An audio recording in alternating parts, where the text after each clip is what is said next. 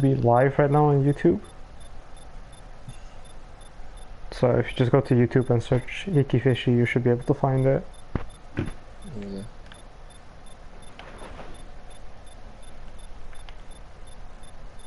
Yeah, I'll find it.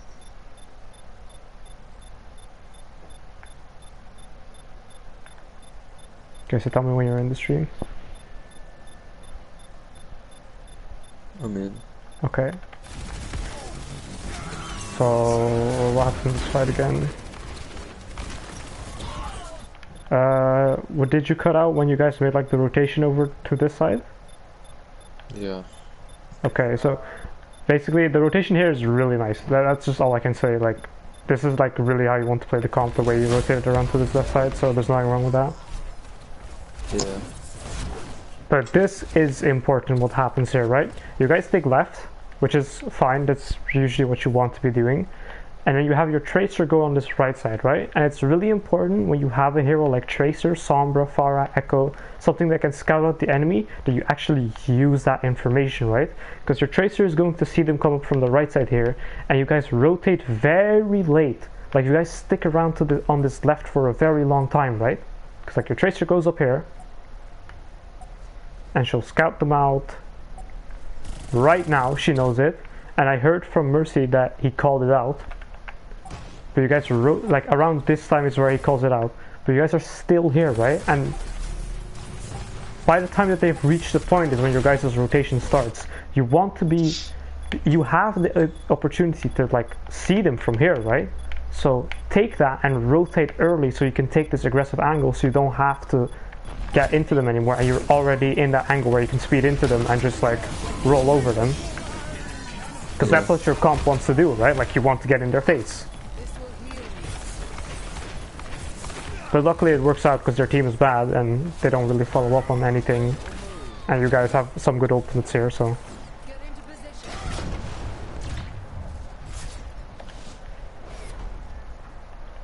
Okay, let's go on to the next map.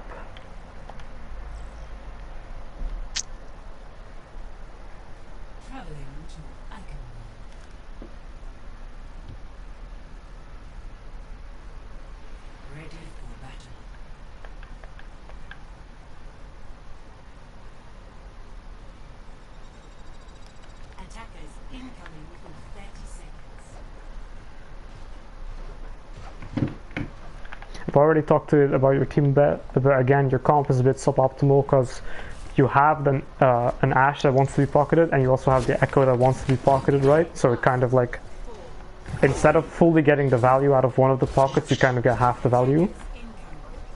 So it's like, preferably switch one of them off next time.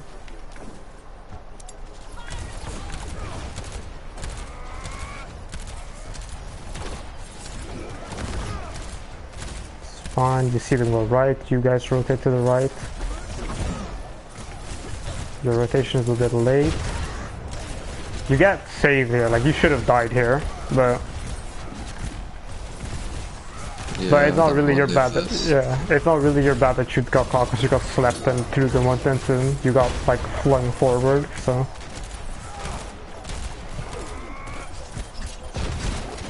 Also, don't do this, like don't tunnel vision on a Genji like that, like it isn't making you getting killed. When, like earlier on you could have like sped into them, right? Because if I go back here. Yeah. Okay.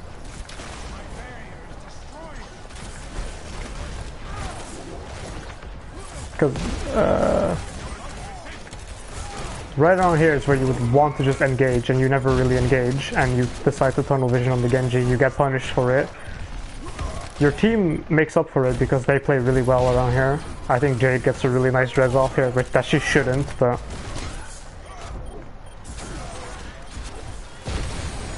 that res should just not have worked.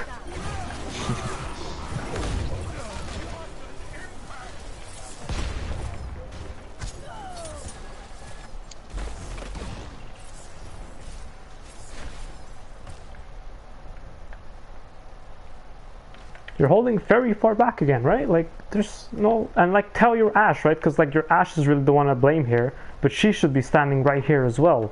Because you're missing just out on a lot of free damage and ult charge if you're standing there. Or the chance to even stop the push before it even begins. If your Ashe gets a pick right here, which is very likely, because like these three are just like without a shield, like she's damage boosted, she just has to get a headshot in, right? Yeah. Like it just shuts down the fight before, but you guys decide to hold so far back, which is something I don't get.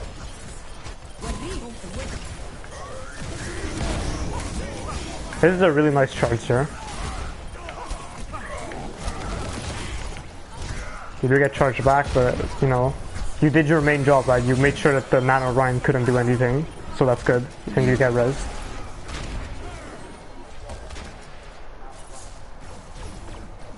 Because mostly, if you see a Ryan get nanoed, your main objective is to make sure he gets the least amount of value from that. So that's either by pinning him a very long distance, by stunning him, by shattering him. It's very important that you shut him down.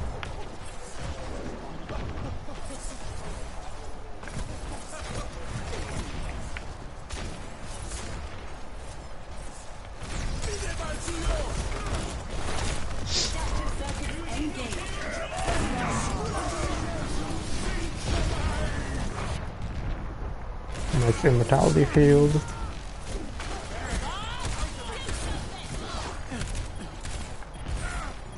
You get slept back there, which is again tunnel visioning, right? So be careful with that. It's the same thing with the Genji, really. You're getting yourself out of position. Nice charge. It's a nice recovery.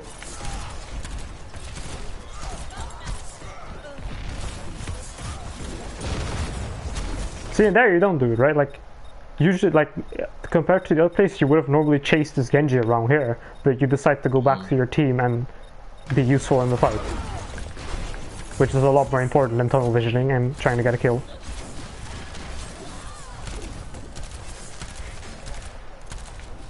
See, your ass just fucks off, like...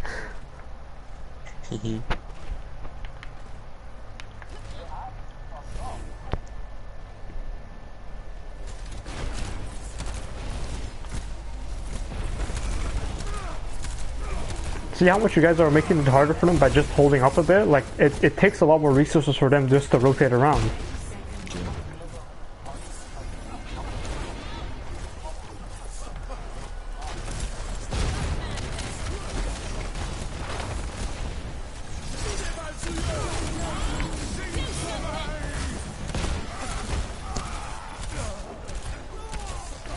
I think that's game, yeah.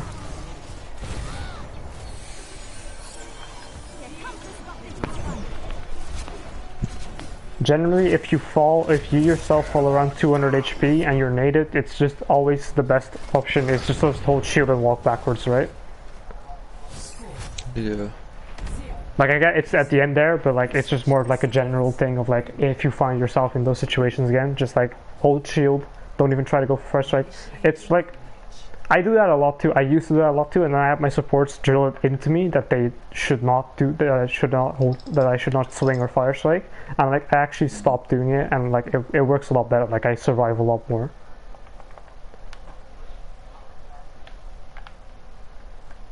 And this. If I just from muscle memory, if I see a group of team, I just fire strike. Yeah. I have the same thing as well. Like, it's just something you gotta like learn not to do anymore. Like it'll help in the long run. Trust me. Like it's really tempting to do it. I get it, but yeah.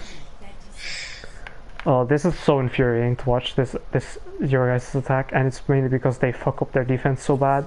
And this is something that you guys, this is like something that you guys can learn from, right? Like just like don't do whatever the fuck they're doing, right? Yeah. First of all, their comp is just yeah. Like, but first of all, their comp is not suited for what the fuck they're trying to do with the Mei, right? Like, it's just infuriating to see. Because the wall is good as well, right? It's a really nice wall. Like, she just splits off the tanks perfectly. She pushes in alone, gets fucking destroyed. Sigma takes an off angle. You push in very quickly, very nicely.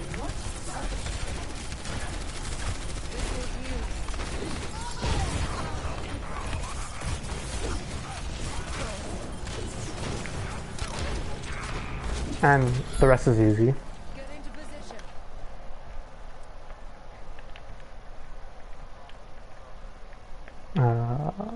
This is the last one.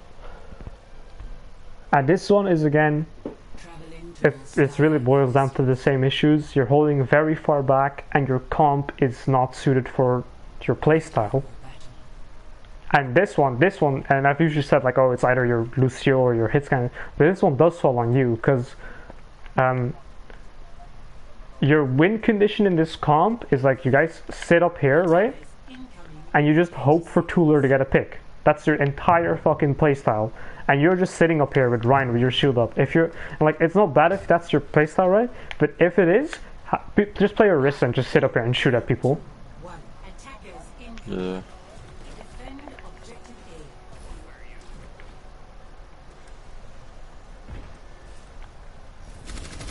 See, you guys take the left side. You shield your team, which is nice.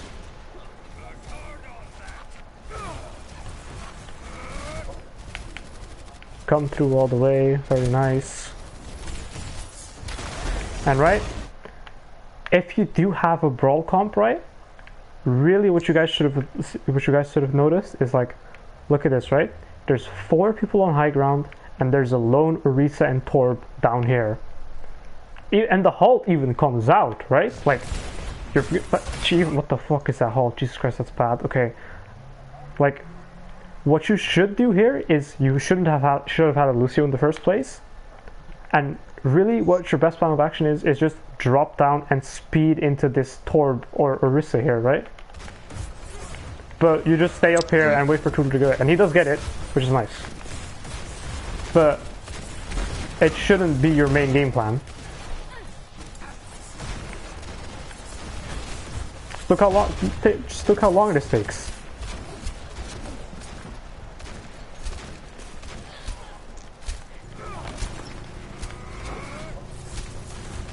Drop down eventually because you do have the pick.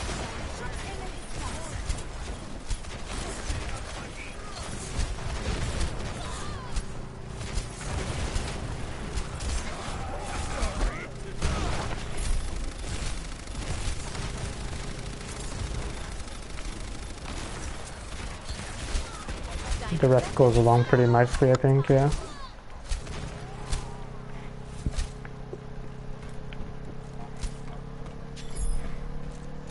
Speed up a bit.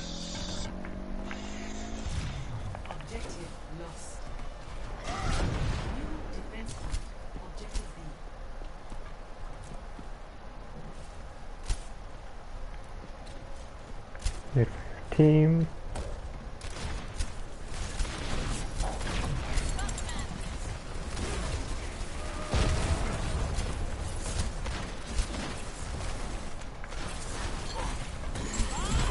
He gets pick, Bob goes in, you get nanoed, nice shatter, and the rest should be cleaned up again.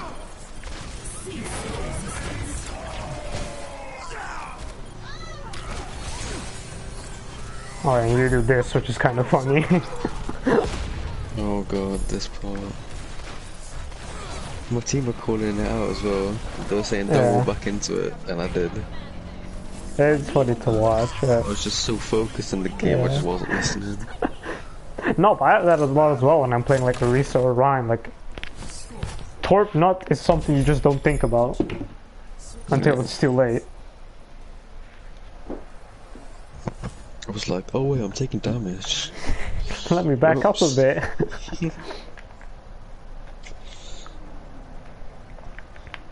And again, once again, you play Rhine here, but realistically, like, Orisa would have been a better pick because you just kind of sit in the back a lot and just shield mostly, so. Like, don't get me wrong, I know playing Orisa is boring and shit, but sometimes it is just something you have to do. Especially like 2CP defenses, like Orisa's usually better off. You're usually better off on Orisa.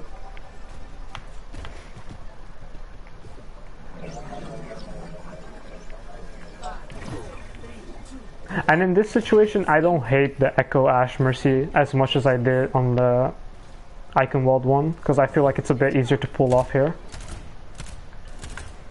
Yeah.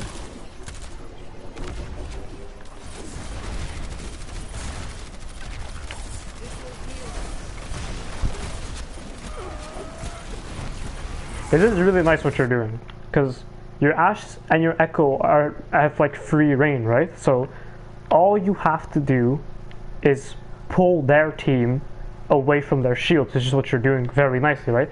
You notice that they're pushing and you instantly back the fuck up back here into like this natural cover bit, and you can go here, you can go back here, you can go in the health pack room, right? Which probably should have gone back here, but it doesn't really matter too much because you back up, which is your main priority, right? And then when the opening comes, you go back in, and it's really nice. And this is more like their team just playing their team just playing badly. So if their team plays badly, you can abuse it, right? And you do it, which is nice. Nice charge.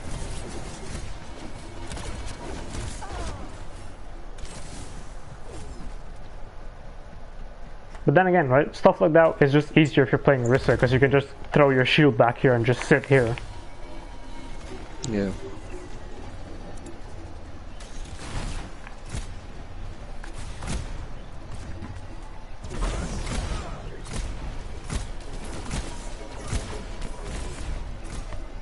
Nice fire strike. Those are the best fire strikes to hit when you just get random picks.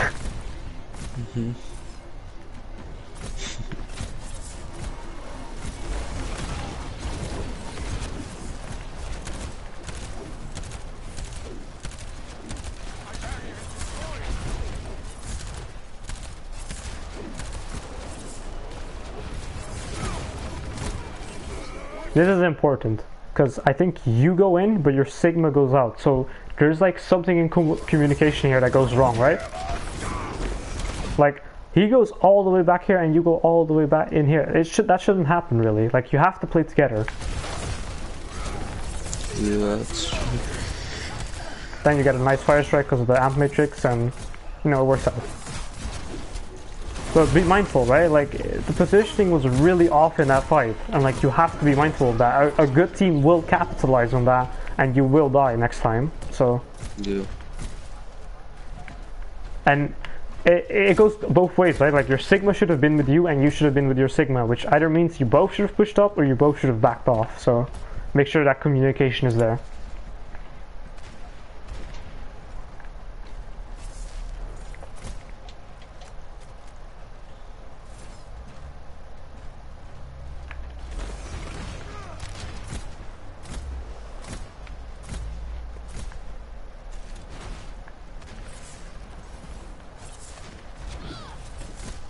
This was so stupid. It's out in the open and gross.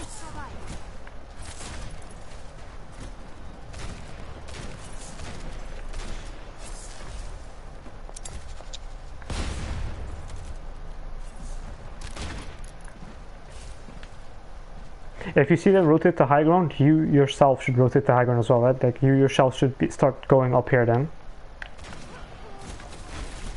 Yeah. Because they get a lot of free damage and poke off onto you guys here. They don't capitalize on it because Tudor gets a few picks and they're kind of bad, but you should have rotated to the high ground. And this is nice, you go in to shield the res, so that's nice.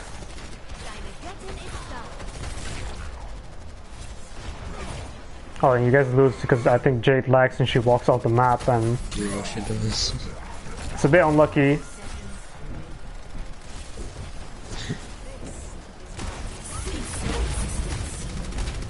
And I think even Mercy like ults her, yeah.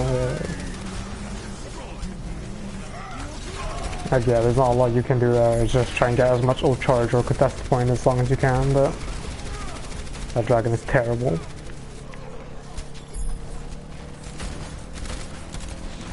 Good dragon. Yeah, it's wank, just wank.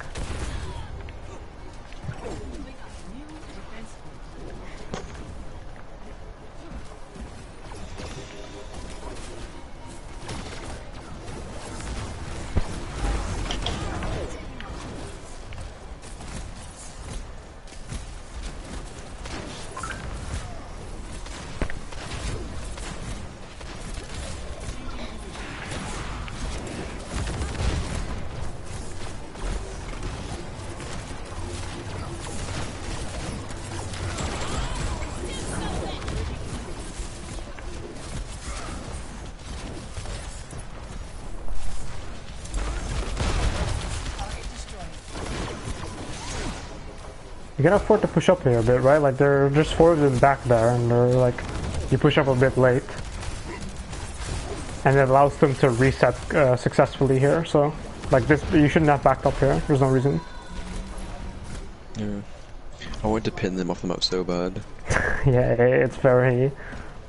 If you do want to do that though, like your best bet is if their hog or resource or whatever is kind of like standing on like these ledges here, if you just like pin into this wall, there's a good chance that you'll just like boop them backwards.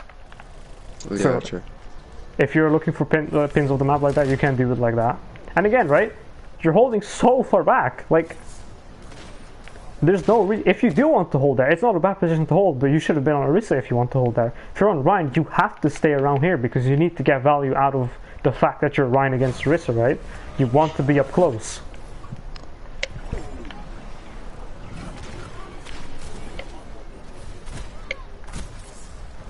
You're just kind of standing there, like not doing a lot. You do eventually push up. You go back. Like if I were you, I would be like standing right here, holding my shield up, throwing fire strikes whenever I can, right?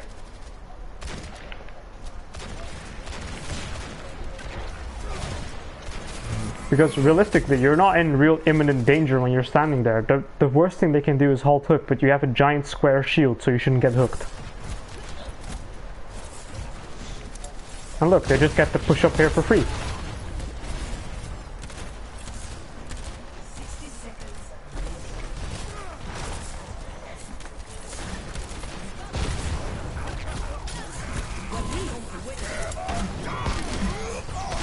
Nice shatter.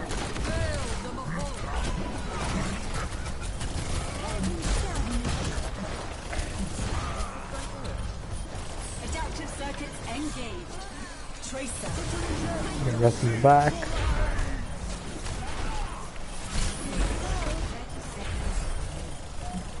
Wait for it.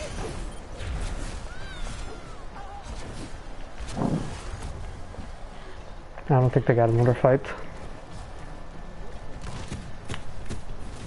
10 seconds remaining. Actually, two.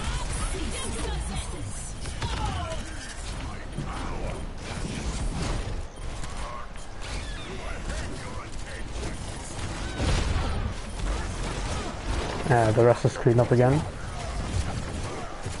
Probably anything that happens.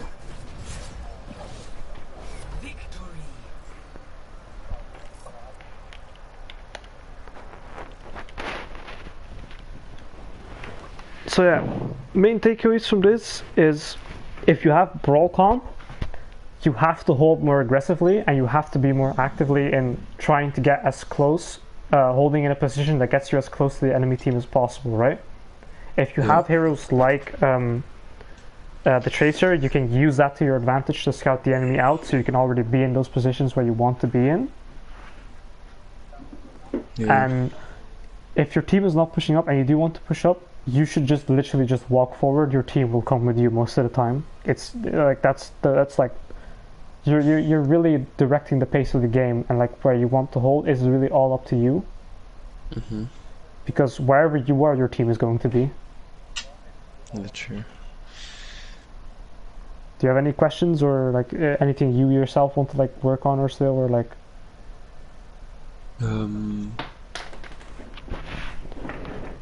Probably shield management. I never know when to save my shield, because I always find my shield just breaking so fast. Okay. Generally, you want to. You never want your shield on Rhine to reach below 500 HP, right? The second your shield reaches below 500 HP, it should be fine to face tank a little bit. Yeah. Because you have 200 armor, and the second you lose that 200 armor, that's when you want to start using natural cover more, right? Because when you use natural cover, the enemy team is going to push up, right? So you want to delay using natural cover as long as possible. You have to use it, like you have to position around natural cover because like you are going to need it, but you want to delay using it as much as possible. So generally you want to use your shield until it's around 500 HP because you want to use the remaining last 500 to like flick it up if like a hog hook comes out or a bionade, a sleep, whatever, right? Like to really stop those big impactful abilities from hitting. That's what you want to use the last 500 for. And if it's under that threshold, you want to use the 200 natural armor that you have yourself to like, kind of like face tank a bit. And if you are doing it, it's not bad to just like, if I go in training range here,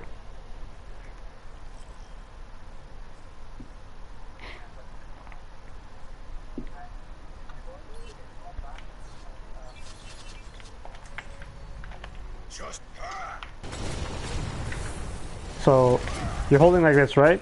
This is your natural cover. Let's say you're shielding, and your shield which is 500 HP, and then you want to face tank. It's okay to just like kind of face tank like this to make your headshot hitbox lower, and like just like not as available, and then you can come back with shield. Yeah.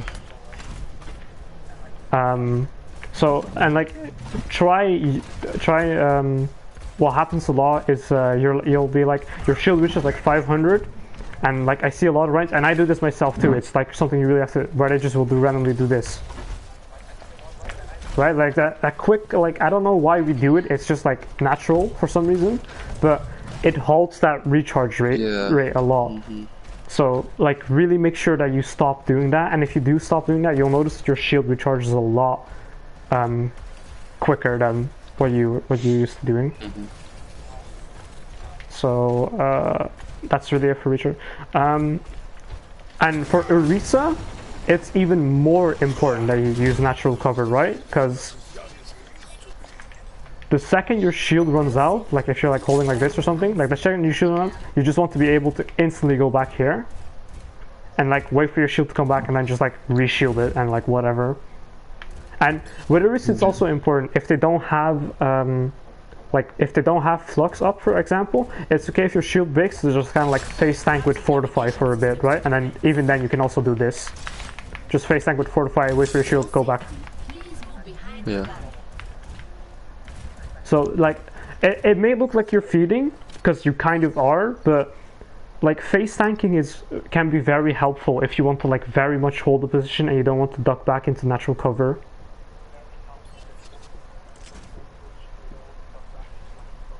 Because like you're just like kind of like just standing there, denies the enemy team from pushing, right? Like if you're just like standing around corners like this, they don't really want to push you.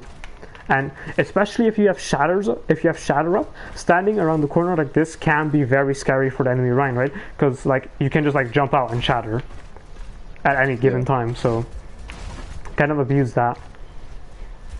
Also minimize the dead zone of your shield, right? So let's say I'm shielding like this.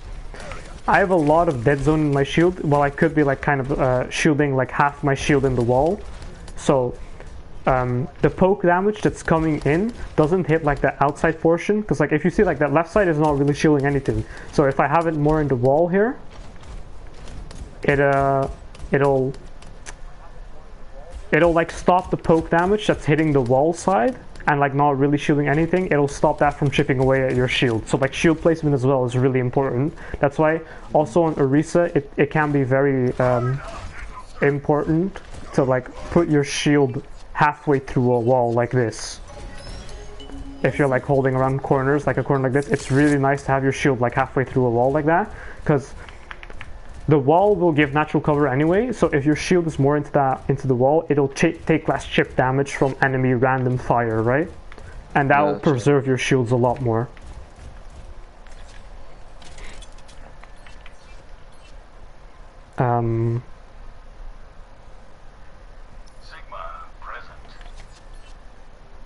So Sigma is also a bit weird because he doesn't really, even though he does have a shield, he doesn't really follow the rules of shield tanking much. He just kind of like, he'll just like use his shield to like block out high grounds and shit, so, or like block out singular people. So with Sigma it's also important that you know that you don't really have to abide by those rules of like, oh, I have to shield out like main choke points and shit. You just can like, if there's like a pharmacy, you just like throw a shield in their face to like make it harder for them. I usually just bring it out, shoot, and then pull it back. Yeah, it's not too bad to do that, yeah.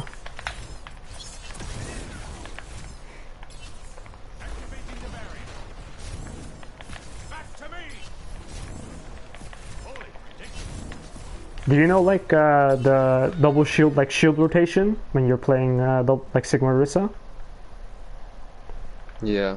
Yeah, it's like the Orisa shield comes out, Orisa shield breaks, Sigma shield comes out. When your Sigma shield breaks, he uses grasp, right?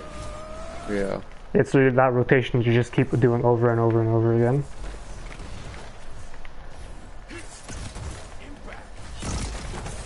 I was playing Palm, and there were these like GM Smurfs on the game, and they were telling me I had to do that a lot.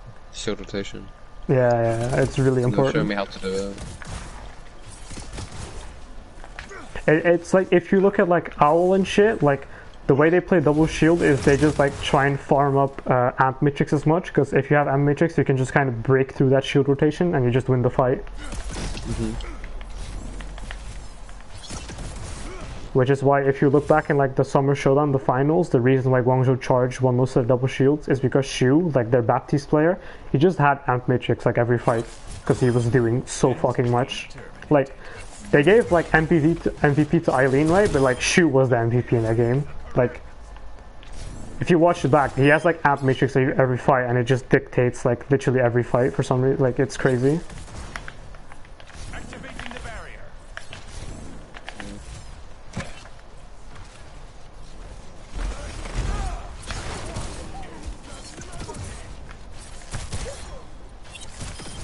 Elementary application. Double, triple kill. Into the lockets out daily.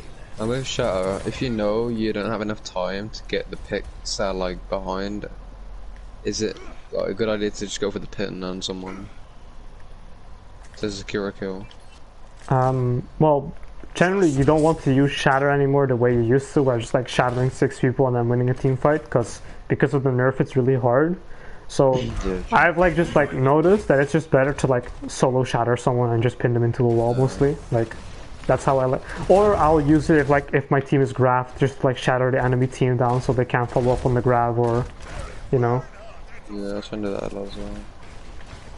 Like you'll find you can get more value out of it that way than just like trying to get these big game-changing shots. Because there's nothing worse than shattering 6 people and losing the team fight, right? Like that's literally the worst the worst fucking thing.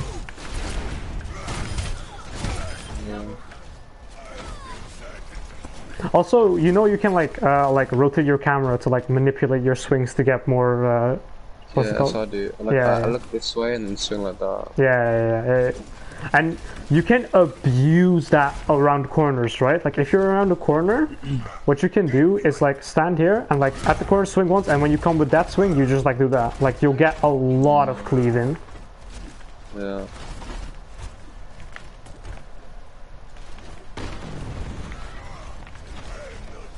Because as also with like shatter follow-ups, like you used to have time to shatter, fire strike, and then charge someone, right? You don't have the time anymore. You now have to actively make the choice of like, do I like fire strike swing, or do I just charge one person? So Yeah. like it's very like dependent on the situation and like what you can get out of it. Because generally if you do shatter like 5 people, it's generally better to like swing fire strike as much people as possible and hope your team can follow up with some damage. But if you don't think the damage is coming, it's just better to like solo pin somebody, like a squishy or something, into a wall. I always try and crouch fire strike as well to get more people. Yeah. Like a lot of people say it's like something you have to do, but like generally the enemies will be so grouped up anyway. Just like shooting a fire strike at them, like you'll get most of them anyway. Yeah.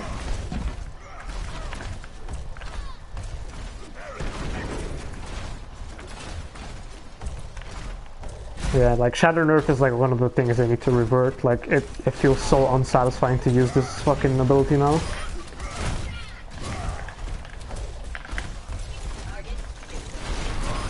Can you put us in the Forum 1v1 again so I can save the settings, please? Yeah.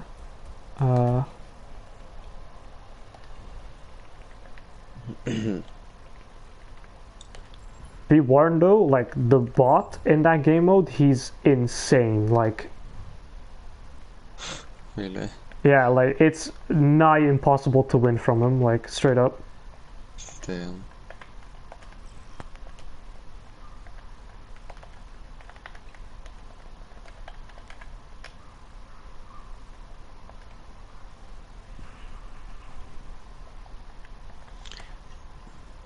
Like, I'm just gonna swap myself to spectators and like tell me when you're done, because like I'll just like play you against the bog and like trust me, like Yeah, I've done it. Oh Like- god, I'm scared. yeah, like he like farms me and like other like top tier Rhines that I know. So Jesus.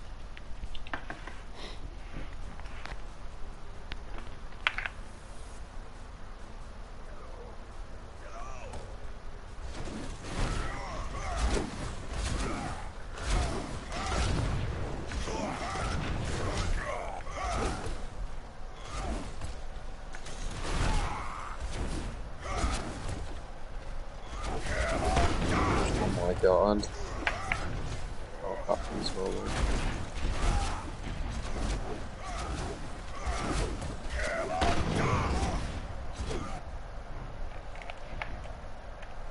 Wow.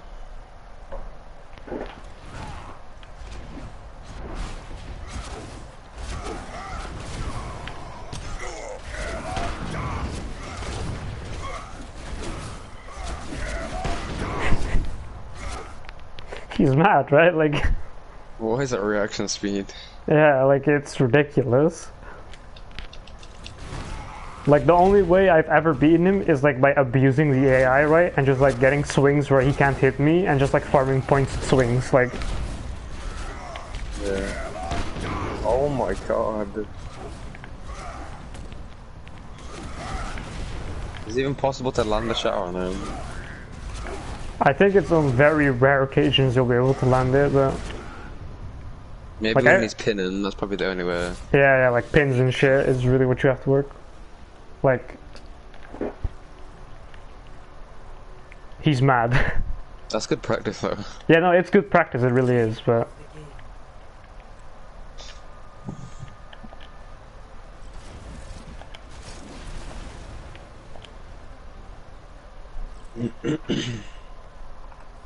Now entering King's Row. I'm gonna try myself, see how I do.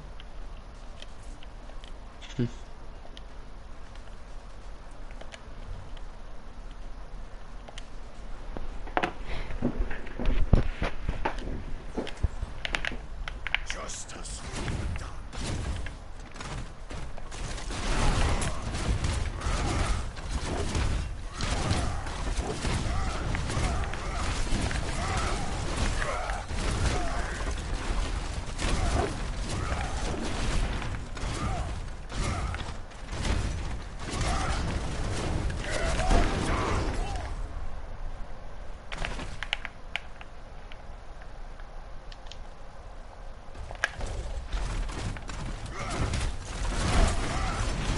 Oh no.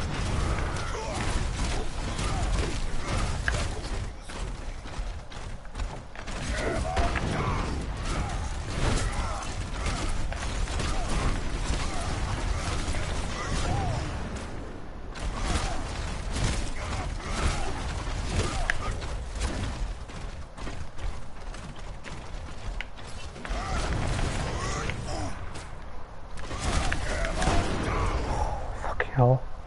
Damn.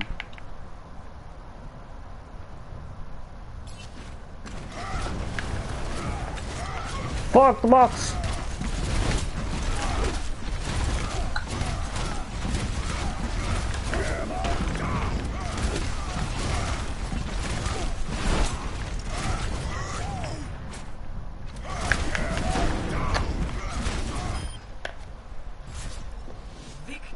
That's Yeah, genuinely actually like rolled him. that's actually genuinely one of the first times I've done that well against him. Like, Damn. Play of the game. generally it's the other way around. Like, fucking hell. Look at that What aim roll. He's just on my head 24/7. Fucking hell, that reaction time on the shatter block is ridiculous. It must be coded, like as soon as they see the player do that animation for the shatter, they hold the Yeah. shield. But it is like a very good way to train what's it called? The stuff that I told you about, like patterns and shit. Because he does follow a pattern, and like because I've played against him a lot, I've kind of just like I'm able to predict the patterns a bit. Mhm. And I don't know if you saw it, but like I held like my shield up, and then I just like dropped it for a millisecond and instantly re-shielded. Yeah. And like he just shattered. It's like something like that's like, you know, playing in those patterns and shit. Like if you do that, like you can win a lot of Rhine battles. It's not necessarily like training your 1v1ing with the Rhine. It's more you're training the sense of being able to see patterns and play around them, which is really what the most important part is. Yeah.